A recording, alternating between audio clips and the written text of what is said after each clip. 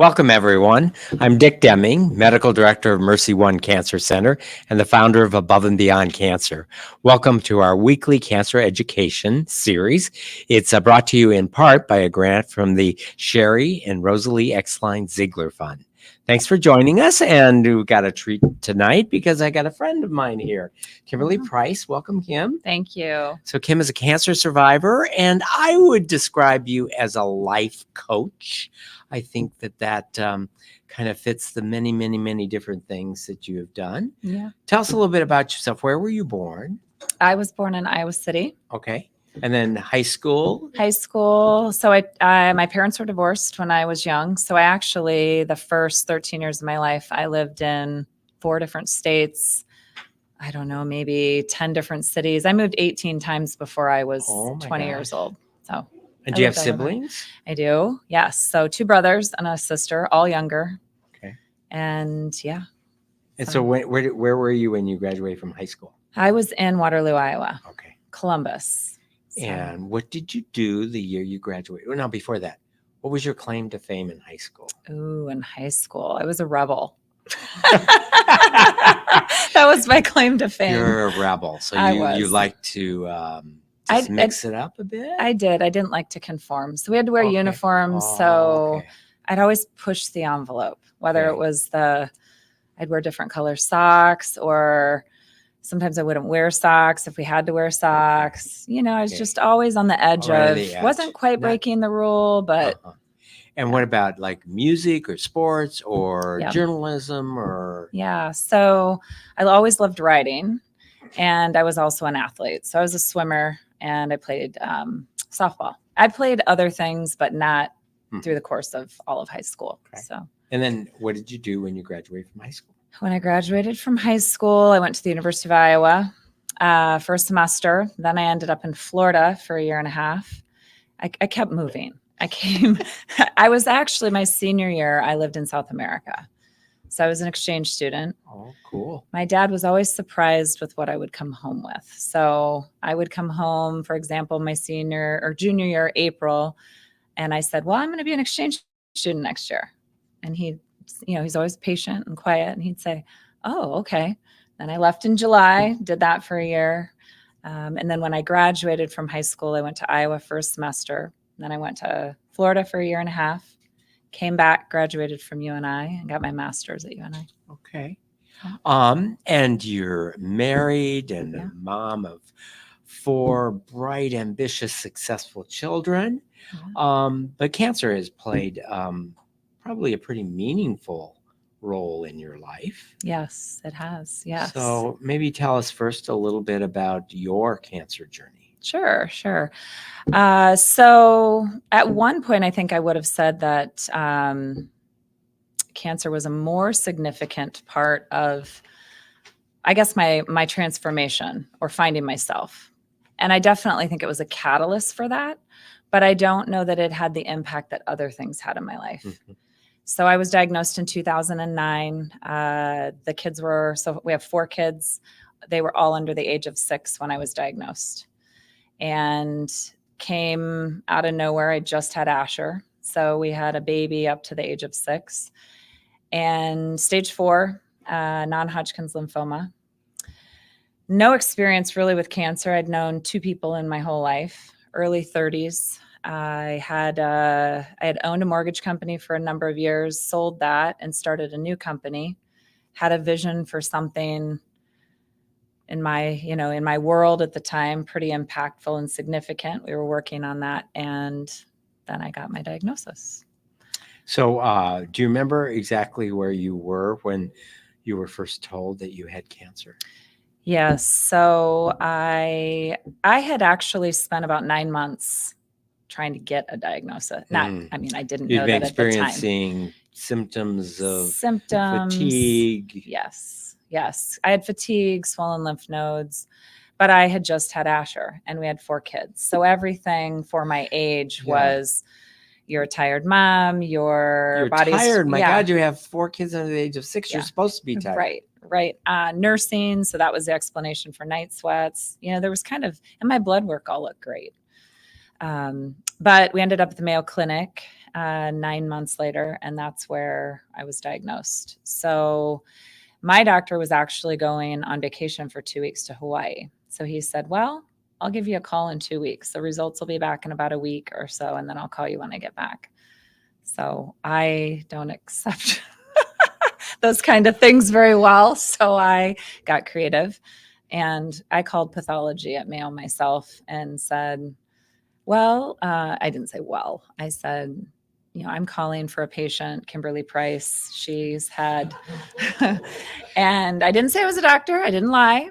And I said, would there be any possibility we could have those results sent over to Methodist Hospital, which is where I had started my whole journey. And so once those were sent over, I called the doctor that I knew at Methodist. And Gotcha. So you just, got those sent over. And so then it was your primary care doctor that. So it was actually a surgeon that had removed a lymph node. Oh, okay. Gotcha. Yes. That had removed a lymph node, and that lymph node was then sent to the Mayo Clinic, and that's where they. Gotcha. Yeah. And so it was the surgeon that had removed the lymph node that informed you that it was in fact lymphoma. Well, he didn't know at the time. They discovered it at Mayo. Mm-hmm. Yeah. But correct. The person who told you. So that was a friend that called me. Oh, okay. A friend who's not in the cancer world. Okay. But had access to your medical records. Correct. Okay. We won't ask who that is. There might have been one or two HIPAA violations along the way. But so a friend told you, Mm-hmm. and I don't mean to make light of this. No, we were friends, and so but so then a friend is just reading a pathology report Mm-hmm. with these words, Mm-hmm. and the pathology report has many words, yes. and read the words. Just non-Hodgkin's lymphoma. Yeah. So I was in the bathroom, and he called. I knew when he called because I had called him, and he just said, I'm sorry, Kim, and he just said lymphoma. Mm-hmm. And then beyond that, he said, you'll have to wait for them to come back to explain more. I don't have any other, So it was only a few days later that I got another call, and then they brought me back to do all of the staging. I had to go Mm-hmm. back and do bone marrow the biopsy. doc returned from Hawaii and Correct. called you. Correct. With a glowing tan Right. and telling you. Right. So how was that conversation? So you were being diagnosed for the first time? Yes, I was. At the time, looking back, I think now I realize, so that doctor who was I think he was the head of hematology at the time at Mayo, was also going through cancer. And so I don't know if there was, when you're waiting for that kind of information, the wait is harder, in my opinion, than the actual diagnosis. Mm-hmm. And so it was a long week. Plus you had been experiencing symptoms for 9 months. Yeah. Frustrated that you knew something was wrong. Yeah. And I knew, to be honest, when they did the scans and he came into the room, he did not mention lymphoma, but the way he said what he said. And then I went back through my blood work, and I actually found that there had been a decline in my platelets. So even though my platelets were borderline low normal, there was a significant decrease in a few things that I knew. So then when you had the workup completed and you have this lymphoma, and I'll let you characterize, there's different types of lymphomas. Some can be a very aggressive lymphoma, but very highly curable. And some types of lymphoma can be sort of a putz along, slow growing, but we're not sure that you ever cure it. Yeah. And so there's different words that we use to describe those different types of lymphomas. How would you characterize what your lymphoma was? An old man's cancer, is what I was told. 60-year-old men, typically, not women, definitely not my age. And indolent was the word that was used, which is slow growing. Slow growing. And then my understanding at the time was aggressive cancers are generally more treatable, slower growing cancers can be more difficult to treat. Not always the case. And my experience of everything, and I loved my doctor at the Mayo Clinic. I was actually shortly after, got on a plane to California to meet with a holistic practitioner. And on the way back, was looking at the United magazine and saw Dr. Armitage at Nebraska Med Center, and he's world renowned for lymphoma. So I ended up calling him, going back to the Mayo Clinic, and my doctor there said, hey, if it's closer to go there and he has an opening, I'd absolutely give you the blessing of going, because he is an amazing doctor. So I actually ended up doing all of my treatment at Nebraska Med Center he was amazing. I mean, yes, world-renowned lymphoma I mean, and expert, such a great human. wonderful person. Yeah. And I think the shift for me was, I'm very I love a lot of information, but I wasn't a statistic. So the very first time that I walked into my appointment at the Mayo Clinic, once they were going to give me all of the details of what I had and the staging and all of that, the very first thing I said to my oncologist there was, I am not a statistic, so don't give me the statistics. Just tell me my options. And so that's what he did. He didn't tell me survival, rate. I mean, I didn't know anything, and I didn't care to know at that point. My blog, I don't have a lot of memory of some things, but I can go back and read. I kept a very detailed blog, and I had the experience of feeling like I had so many options that it was like a dartboard, and I could just throw the dart, and wherever it landed, there was kind of a 50-50 shot of whether or not it would be the place I needed to be. It would seem to me that maybe you had some degree of certainty that you weren't going to die anytime soon. No. The indolent, that, okay, it's treatable. Whether it's totally curable or not, we don't know. But it wasn't like you felt like, oh gosh, you had 6 months to live. Correct. So what about your husband and your kids? Obviously, they're too young to intellectually understand everything, but I'm sure they're sensing what's going on. How did your husband deal with this diagnosis? And how did you, as a couple, deal with 4 kids under the age of 6 as you're undergoing cancer treatment, 2 hours away? Well, so this is interesting. So I've actually been recording podcast episodes about cancer with a caregiver. And much of my journey I didn't experience, interestingly enough. So I grew up in a situation that I had a lot of trauma at a young age. And through that trauma, I learned to disassociate.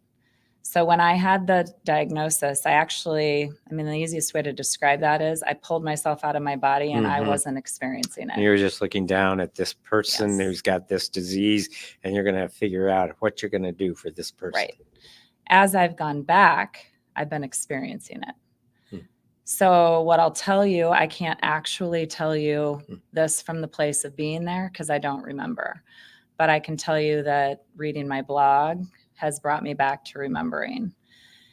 And I would say if I had advice to give people that are diagnosed, I know that we go into survivor mode. And that becomes, the very first thing that happens. We want to figure out what our options are. How do we survive it? Are we going to live beyond, all the things that you experience in those first few weeks? So you're not thinking about others in the beginning. But I had to think about the kids. And so one of the things that I talk about that truly happened in the bathroom that day is I remember having this switch flipped of 1,000 thoughts going through my head all at once, one after another. Am I going to survive? Am I going to lose my hair? Am I going to die? What's going to happen? How's Nate going to raise them? All the things to, okay, we can go down that road, or you can walk out the door and figure out how to rock the next 5 minutes or the next 50 years. And so that's the mantra that I really took in everything. So that was a blessing and a curse, because every time I wanted to do something, I felt like I deserved to do it. And I don't know that knowing that I would be here 14 years later, that was fair. Yes, I'm going to live in the moment. Yeah. Oh, maybe we do need to think about the future and make sure we have our economics in place. We've got our children's education in place. And yeah. So regrets, if you want to say if I had regrets, I've had an amazing 14 years. I mean, beyond grateful in so many ways. I've done so many things. We've had incredible memories with our kids. I feel blessed in the health that I have. It's not been easy. I've had, lots of bumps. I have lots of long-term side effects, but I'm definitely blessed. My regrets, I never talked about it with the kids. Yeah. Were you offered any sort of assistance from like child life specialists? Probably. So what we would do now would be Yeah. bring child life specialists to talk to you and your husband about how to talk to your children. Probably, but no. Yeah. Yeah. But at that age. And they were impacted. Yeah. So I think those things come up now. I see those things now. What Fear was of losing. the duration of your treatment? How many years of treatment? So I didn't have to, again, so this is an indolent cancer, so I don't have to start treatment right away. So I chose the treatment I chose because Dr. Armitage, I asked him the question, I think I've said this a lot, but if I was one of your kids, what would you have me do? And he had 4 kids, similar age to me. And he said, I would go at this as hard as you can to give yourself life through your kids graduating. And he said, I believe you can be cured. And so I did our CHOP. So that's chemotherapy. Regimen, aggressive chemotherapy regimen. And so this was in June of 2009, and I chose to wait until January of 10. So we just kind of watch and wait, which I could have done longer. But things were changing in my blood work, and I was still feeling well enough. I wanted to feel good when I started treatment, not sick. And you got your youngest probably through breastfeeding, which you can't do when you're taking chemotherapy. No, so I finished. So we did that. And then in January I started, and that went so the actual chemo went until May. So I had 6 rounds of the chemo. And then I did the monoclonal antibody for another 1.5 years, which that wiped out a white cell line. So I was very, very sick. I didn't get sick from the chemo. I lost my hair. I didn't feel good. But the monoclonal antibody, we ended up having to stop because I was just too sick. And so then your last cancer treatment was? December of 12. Okay. Yeah. And do you remember the last treatment? I do, because I was getting ready to go to Kilimanjaro. Oh, that's right. Yeah. So, yes, Kim was signed up to be part of the first Above and Beyond Cancer journey to climb Kilimanjaro in 2012. Yeah. I remember that it was in this very same room. Yeah. We all got together like 2 days maybe before we're going to get on the plane. Yeah. And you were coughing and coughing. And it's like, I don't think, Kim, this is a good idea to get on the plane, to fly to Africa, to climb a mountain with hypoxia with your cough this bad. We need to get some imaging done. Yeah. And so got a CAT scan, and I had pneumonia. Again. And before I tell you my recollection of that conversation as we're looking at your CAT scan and you've got pneumonia, what's your recollection? Well, I was devastated. Mm-hmm. Yeah. I had worked, hard to be in shape, ready to go. Ready. Yeah. It was my last treatment. It was going to be a celebration of that. I knew it was a full moon when we were going to be there. All the things. Yeah, I vaguely recall. You know what? If I just get started on antibiotics now, I might be okay. I think I did say that. And I'm going, no, you just got pneumonia. We're not going to get on a plane, have you get on a plane tomorrow to fly to Africa. I think I even asked if I could just go on the plane and hang out. But no. Yeah, that was in this room. You just got your duffel bag and your red fleece and your team gear. Yeah. And then the second time I signed up and was ready to go, COVID. So yeah, Yeah. these. So back to your cancer treatment. So once it was done, you got over the pneumonia. Yeah. And what would you say you've learned? What did Cancer University Yeah. teach you or Yeah. help you discover about yourself? Well, I think at some point in life, if we live long enough, we all have an awakening. And then what we choose to do with that awakening determines the life that we live or don't live. And I think I got mine earlier than, if we just take age, my experience of that is it happens 40s or 50s without trauma, significant trauma. When you're faced with mortality, that happens at the point you face the mortality. So for me, that was in my early 30s. And then you're given the choice of, are you going to live or are you going to thrive? You're just going to go through life doing the same things you were doing, or are you going to take that opportunity and turn it into something that isn't really about you? It's about your purpose. Why are you here? And what are you meant to impact? And so I've spent the last 14 years, that's been the journey. Yeah. And I'm hearing you say, and maybe talk more about this, that it's this truly understanding viscerally our mortality. Yes. Yes. And the Stoics would call it memento mori.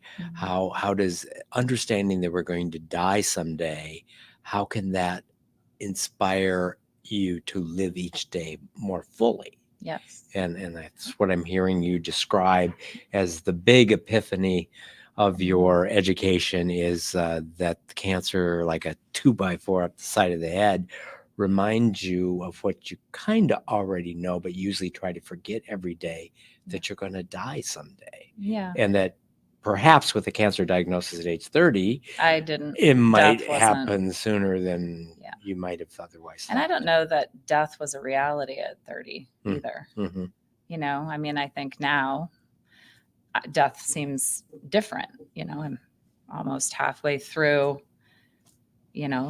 life as I would see age, right? And it just looks different as we get older. It becomes more, you maybe expect it more as you get older, but at 30, my whole life was ahead of me. Yes. I'm 70 at this age. It's sort of a mellow expectation as you start having, more and more friends. Yeah. And it's a but more of a mellow than age 30, like, oh my gosh. Yeah. I've got 4 kids and this might be the end. Yeah. So it changed a lot. And maybe talk more about how do you think you're different now because of what cancer taught you than you might have been? Yeah. Nate and I now talk about it a lot. I think that, we were on a track. We've both been able to enjoy a lot of memories. So, things that we've done with the kids, our intentionality has been different.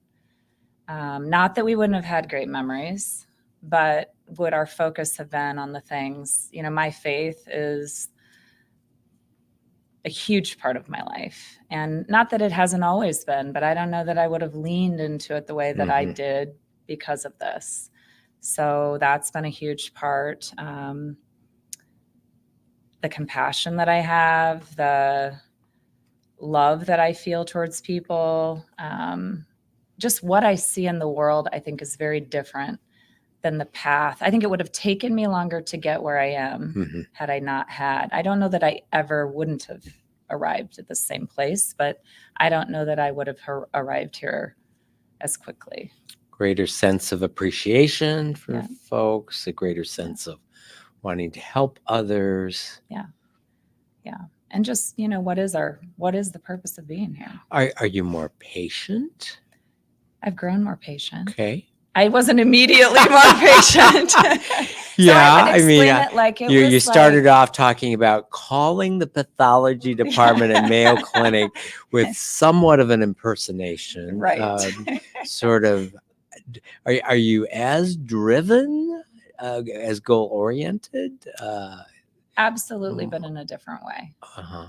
So I would say that I listen more, a lot more. I don't need to have an opinion as much. I'm still working on that, but it's softer. Mhm. I've always been compassionate, but seeing compassion in a different way at a different level. I would say all of those things have grown. Wiser. At the moment that it happened, I would say it cracked open a part of me that had never been cracked. And then that crack, and not in a bad way, Uh-huh. that just continuously opened up until I like to describe it like in life, we have lots of things happen. We all do. And as a female, I definitely took on a lot of roles and a lot of responsibility and a lot of my own pain and never thought I needed anybody else. So I held all these, like being in a swimming pool and holding the balls down. Uh-huh. Then all of a sudden one flies up and you go to get the one and then they're all flying everywhere. And Well, let's talk more about that, experienced because obviously you are a very intelligent, strong, driven woman. Did you ever just break down into tears and ask for help? not for a very long time. Mm-hmm. And I hit a bottom. So my bottom was 2019. Yeah, so long after your treatment was done. But it all came Uh-huh. from, But during treatment, there was not a time where you just Um, were blubbering in tears and needed to be Nate up. said I did. Okay. I don't remember. I remember the first day, I think I cried when he came home. I know I cried about losing my hair. That was a big deal. Yes, because you That have was beautiful hair. Yeah, that was a really big deal. That was a big deal. It was. But actually I felt a freedom when it was gone. Uh-huh. I mean, Yeah. I had bought all these, I had 6 wigs. 6 wigs, and I hardly wore them. Uh-huh. I walked around without hair because it felt good not to care. Just not to be tied to something. No, I understand that. I'm not judging you. I'm still seeing you not like even the hair thing, like just taking it on like a Wonder Woman. Yeah.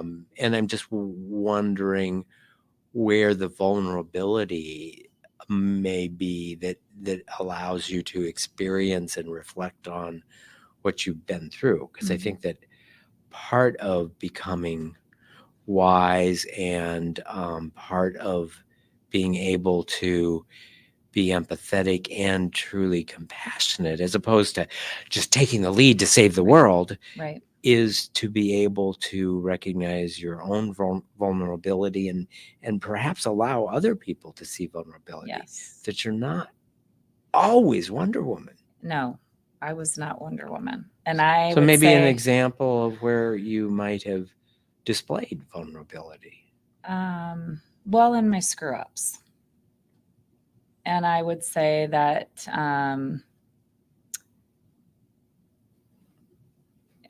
I lost my identity with cancer for sure. And so finding myself became my vulnerability. And in that, there are things that I look back on that I regret as a mom and a wife and a friend, because in trying to hold it all together and or not reach out for help, I relied on myself. And when you do that, you do things you don't, expect to do or wouldn't do. You say things that you don't expect to say. And in not knowing who I was and not knowing my value or my identity, I think it made it all worse. So I think back, it's my recollection. It was the very end of December 2011. We were in this room getting ready on January 1st to get on an airplane. You have 4 kids at home and you're going to get on an airplane and fly with us to climb Kilimanjaro. Mhm. It seemed to me back in 2011 like, wow, this is one tough one. And as I think back on it now, it's like, oh my God, what was she thinking? And what was her husband thinking Yeah, I know. at that point? Well, and those are the things, those are the moments where I didn't know how long I had. So the lesson I've there learned we is were. this. Yes. In the moment of being in my 30s, that immortality to me was not what it would have been if I'd been diagnosed at 45 or 50. I, at that moment in time, believed 30s are a very selfish time. And I still believed it was about me seeing what I needed to see in the world. And I just didn't see that it wasn't about that. Right. And so I may not have another opportunity to climb Kilimanjaro. Right. I may not be able to. I went to Arizona in 2011 for 2 weeks and did a yoga certification. I mean, I did a lot of things that without the husband and kids. Correct. I mean, Nate and the children. Sorry, Right. don't mean. Right. So I did a lot of wild things like that that Nate was very supportive of because we didn't know. But what I didn't realize at the time, and these are the things I look back and wish they were different, but I'm grateful for the experiences I had. I went from that into my 40s and started to want to create memories with the family. So it went from me to now the family. And now I'm shifting into what's the bigger legacy, the longer legacy? Because if I die, everything I have in me is gone. Everything I've seen is gone. Nobody sees through my eyes or my heart. If I write it down, fine. But my great grandkids aren't going to care. They are not going to care what I did. So it's the same with my kids. Those memories will sustain them to a point. But is that really why I'm here, to make memories for me or to make memories for them? Or is it greater than that? Is there something bigger than that we're all here to do? And so there's been a shift from me to them to this greater, and the greater impacts everything. Okay. Well, let's talk a little bit about that. So, you've gained wisdom on your journey, and I sort of see that you want this wisdom that you've gained, not just to illuminate your own pathway forward, but to help others with their path.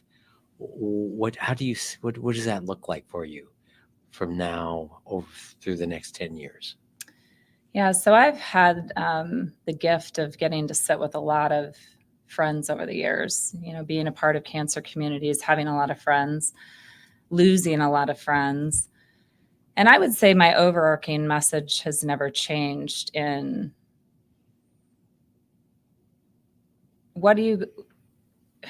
we can focus on what we don't, the uncertainty of the future, or we can utilize what we have to make an impact in the present. And so I've sat with people in their last hours, and what are you going to do in this time to impact? Nobody's life is a waste. And being here and human and losing people is hard. But we can always leave a legacy behind. And so what does that look like for each of us? And so, a lot of things in the world right now are up in flames, chaotic, dark, hard, divisive. But I don't feel that way. I just don't feel that way. I feel like we have the opportunity to choose how we view it. And we're all always looking outside of ourselves for the answer. It's so-and-so not doing this. It's so-and-so not doing that. It's this person this. It's this person that. And all the answers lie within each of us. And we all have this opportunity to make choices that if we all just made choices, it would make a difference. Sure. None of this would be happening right now. But we want to blame the people with money, or we want to blame the politicians, and so I am an inspirer of hope, and I'm a visionary for sure. Inspiration. I don't know. I feel like that's my gift, is to, So what I'm thinking about is, so one way of that I'm looking at it, and I see part of this, but I'm interested in your goal to leave a legacy. So I think as a human being, it's important that we each figure out what brings joy Mhm. to our lives. And I'm, talking about this deep deep, Aristotelian joy, not happiness. just pleasure, not just, Right. a beer on the beach sort of happiness. Nothing wrong with that, but that's Mhm. not the deep-seated happiness. And so that, we all know people that think they want to live forever, but don't have a clue what they could do this afternoon to bring joy to their life or to bring joy to somebody else's life. So I see helping people go through the process of what is it that Mhm. brings joy, Mhm. but it may not be the same for you as for me. I mean, I hope that launching 4 successful children into the world brings deep-seated joy to you. Absolutely. As you're thinking, though, about this idea of leaving a legacy, and I can't imagine, I mean, for me, launching 4 children successfully into the world is a big legacy. Mhm. What legacy do you want beyond that? And then, we know each other well enough to say, is the idea of leaving a legacy It's not more about me. ego-driven, It's not or about is me. it because Yeah. this legacy? And what is the legacy? I'm just curious. What do you see a legacy being? I'll give you an example because I Okay. can't give you an overarching Okay. explanation. A legacy would be if you and I sat here together and I saw something in you that would lead you to who you are in a way that when you spoke to others, they would feel and know that they were loved, they were seen, they were cared about. So the legacy is who you're being. It's not you being remembered. It's not me being remembered. It's seeing in others what's possible and who they are, what's underneath all the layers of all their things, and finding a way to inspire that in them so that they are being in the world what we all should do more of every day. And if I can inspire that in one or inspire that in two, then the idea is they can pass that along and inspire that in another and another. Gotcha. And that's the legacy. The So I think I'm legacy. hearing you say it's a ripple effect. Yes. That if you can help inspire others to live lives of authenticity, that will create more of a Yeah. ripple effect. Yeah. And that will be more greater good for the world than just launching 4 kids into the universe. And people, may never know anything that I do. That's not important. But who I'm remembered as, this way of being, that's what's important. Yeah. So maybe I'm hearing more now to have a greater impact on the world, as opposed, when I think of the word legacy, I think of it more as egocentric about this is what I did. Yeah. And what I'm now hearing you say is you just want to have a greater impact on the world. Yeah. So that's what I've been focused on, even with the kids, is being more patient, saying I'm sorry when I do something wrong, sharing things with them about, the past, that I'm not sorry in the way that it's hard to explain, but I don't want to say sorry because I'm sorry, but I want them to know that I want to apologize for what I didn't know. Yeah. Yeah. And that I know those things impacted them, but I don't want them to carry that forward. So if I acknowledge it and say, this is what I recognize about myself when I was 35 years old or 38 years old, it wasn't good. And I'm sorry, I didn't know, but you don't have to take this forward into your own life. Yeah. And there's a reciprocity there too, that in the act of asking for forgiveness, it's also being willing to forgive. Yes, absolutely. And myself. Forgive yourself. Yeah. Forgive your husband, forgive your kids. And even though, a sweet little 3-year-old misbehaving in a way is different than a 30-year-old, but learning how for them to be able to say, I'm sorry. Yeah. Or my 16-year-old. Yeah. Wow. Yeah. So, how would you like to have a greater impact on the world? I mean, obviously you're doing so tonight with me, with folks in the audience, with folks in our virtual audience here. What would be some of the strategies for making a greater impact in the world? Yeah. Well, I feel like everything everything every day, whether I'm in a line, and trust me when I say I'm working on some things. I mean, I'm not perfect here. I'm just, I have an awareness I've never had, but I'm not perfect in my actions. So patience, when things don't go right in a situation. So just being more aware every day of the things that I'm doing. That's one way. In my kids' lives, it's, being more present in that same awareness with them. With my husband, same thing. And I would say on a greater level that, and I'm not going to talk a lot about this today. We can come back and do this another time. Okay. But I've been working on something for 14 years. And, I had this vision for 14 years ago that at the time I had no idea that this would be. And when I say a vision, I mean, and you know this because I've come to you a million times with all the different pieces, but I get up every day and this is still in me. Still in you. It's not left. Yeah. So you have this this gift to be able to, articulate your thoughts and to hopefully allow more people to live a life of authenticity and finding joy, and more importantly, spreading joy. Yeah, absolutely. Working with people when I can. I have friends call me a lot. So I have a wellness, holistic wellness background and nutrition.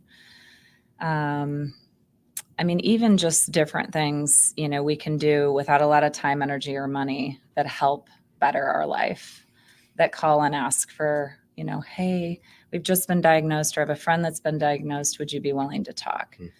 And I've learned a lot over the years with that too, is don't overwhelm people.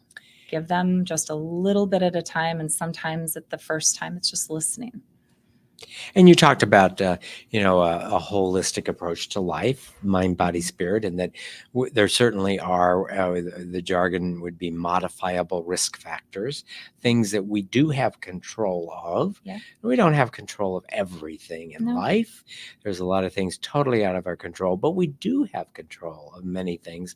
And many of the things that we have control of have a huge impact on our health. Yes.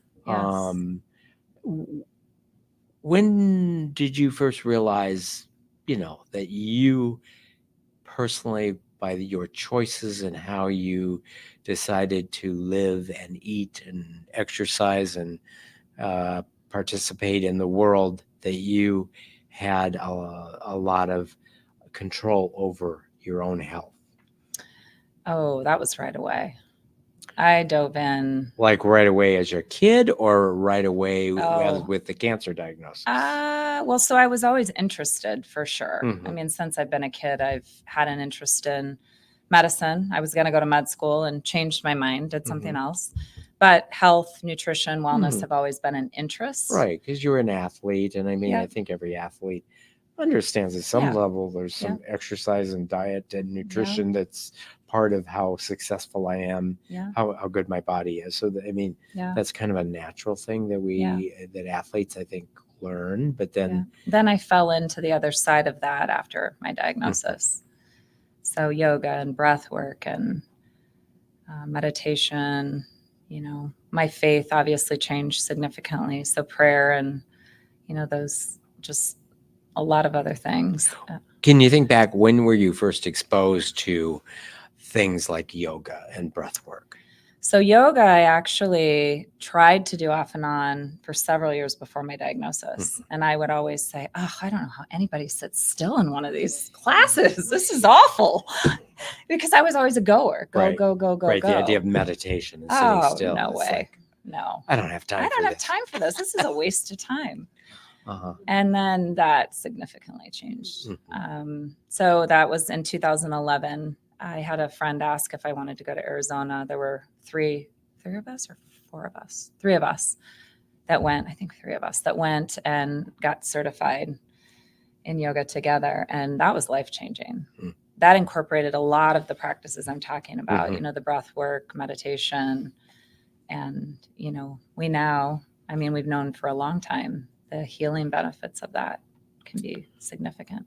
So we've known each other for over 10 years, and you're just very intelligent and wise. And I even learned talking to you, but I also know that you seem to have a greater affinity for reaching out and helping women I do. than men. I do. And do you think that fundamentally women go through a cancer journey in a different way than men go through a cancer journey? Yeah, absolutely. And how would you compare and contrast those two? So I have experience in the beginning working with men also, but on a spiritual level. So I led a class at our church at Hope for cancer survivors.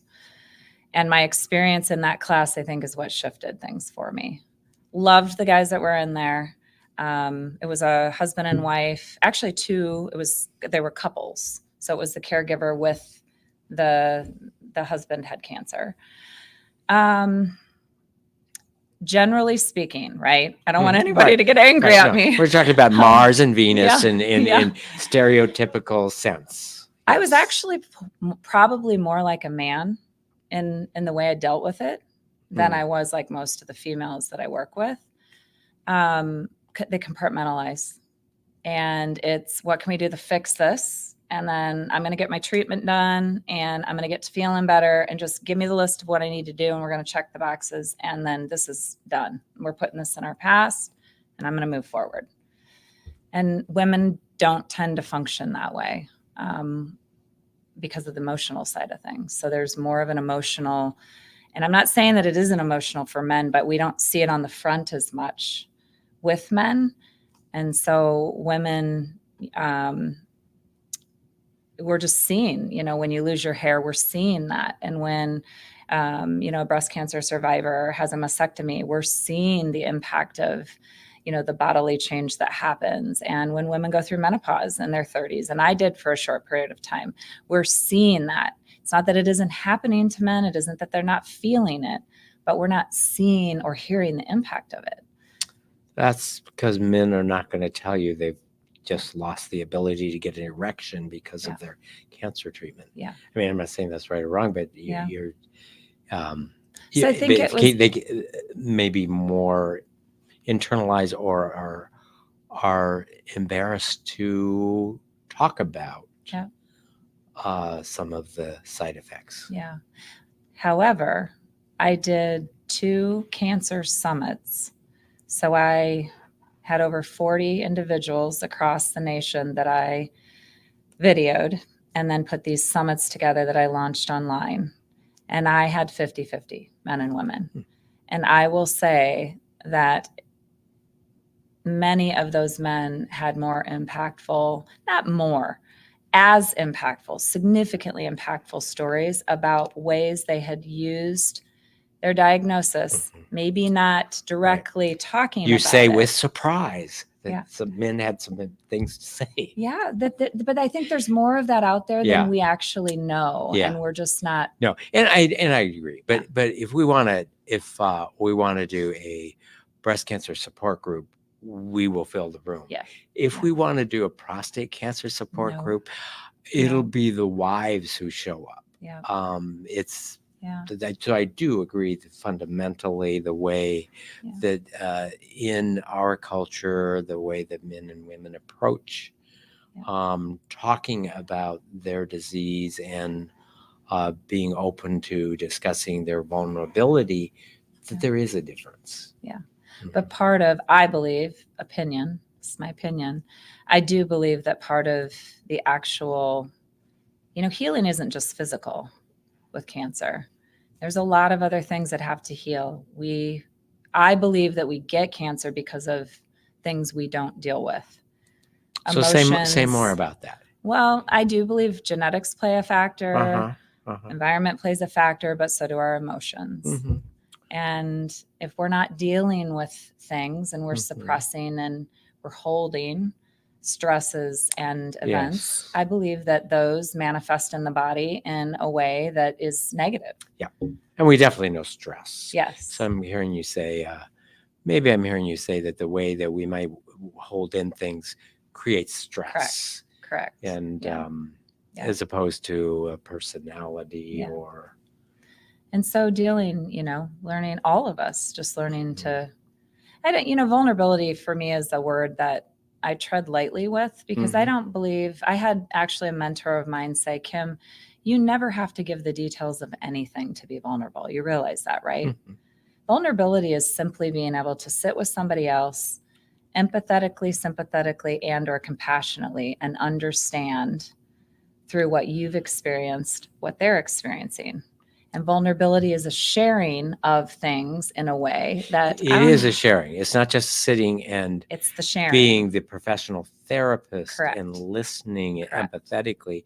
I mean, I would say that tonight I saw glimpses of vulnerability as Yeah. tears welled up. Yeah. As you talked about things that, not getting specific, but that there were things, the way that you behaved or acted, Mhm. that you have some regret, that Yeah. that a kind, caring person in retrospect might have behaved differently, and Mhm. that you recognize that. I mean, I see that opening as Yeah. a vulnerability. But yeah, you're right. You don't have to go beating your chest and flogging your back to be vulnerable. Yeah. I think vulnerability is a scary place to be, man or woman, in today's world. Yeah. So I think it's where you show that, where we show it and how we show it. it's okay to show that.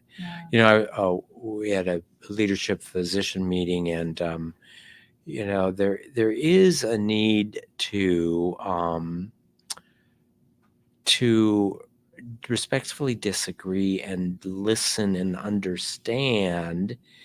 And part of that is a bit of to recognize that my way of doing things may not be right. Mhm.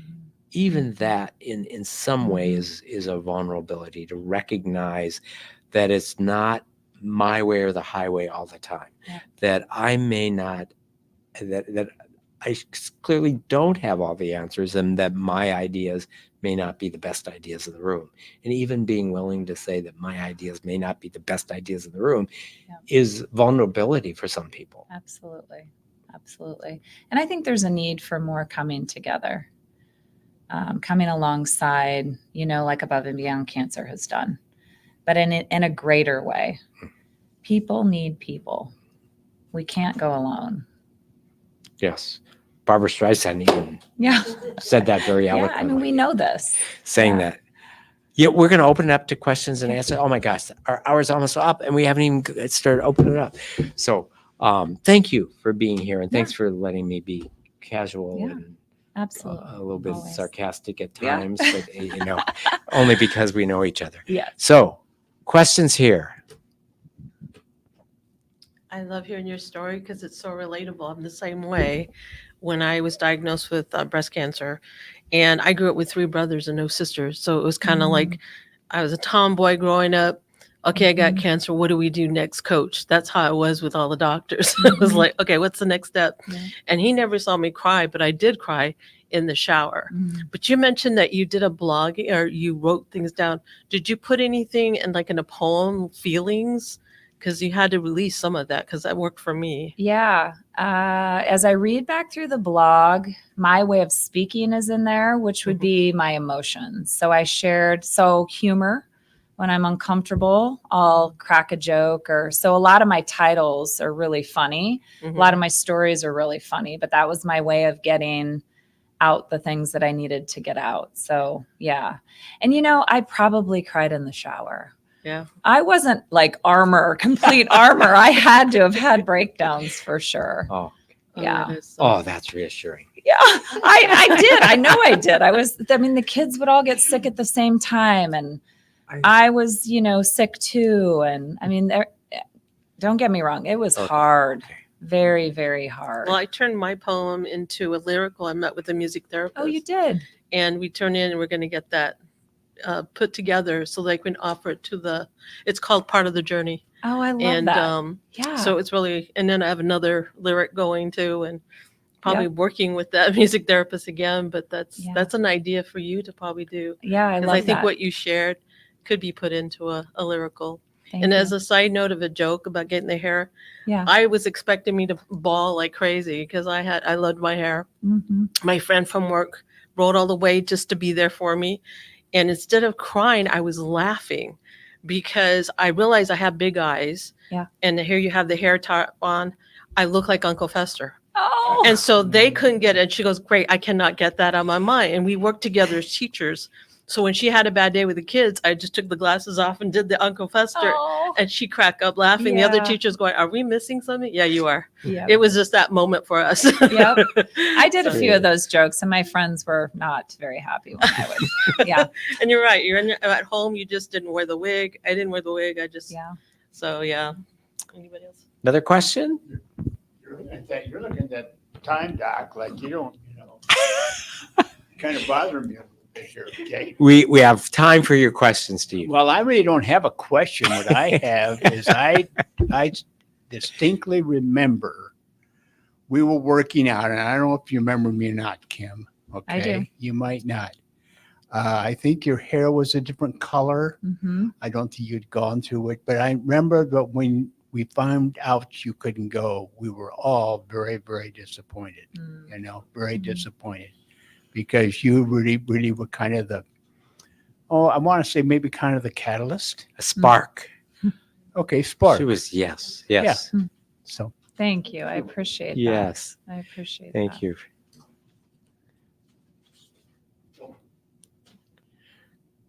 Other?